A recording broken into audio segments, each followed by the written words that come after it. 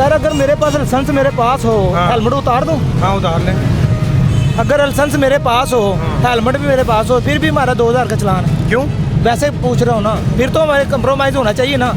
नहीं, आपने ओवरलोडिंग की हुई है। ये देखिए कौन सी ओवरलोडिंग है। आप मेहरबानी करें, उनसे रिक्वेस्ट करें कि ये हमारे भाई हैं, ऑफिसर हैं, तो थोड़ा सा हमारे साथ कंप्रोमाइज़ करें। हम भी बच्चों के लिए मजदूरी करते हैं। ये अगर हम इधर 5,000 का चलान भरेंगे तो हमारे क्या बचेगा? ये 1500 का फेरा है।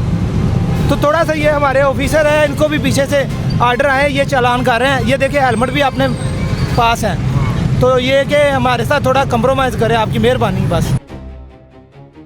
मैं क्या मुबारक हो 2000 दे दी था। गवर्नमेंट के खाते में चला गया। कोई गल नहीं, पाकिस्तान है। पैसा फेंक, तमाशा देख। पैसा होना चाहिए कोल, आराम नाल घर चल जाओगे। कोई चक्कर नहीं, कोई टेंशन नहीं, पैसे होने चाहिए बस। हेलमेट पावांगे तो फिर अगे गड्डी च बजांगे, आवाज़ ही कोई नहीं आनी। अच्छा यार, हर बंदे की एक अपनी रुतादे कहानी है। बड़ी मुनफरिद सी लाइन देकर गए हैं कि पैसा फेंक तमाशा दे।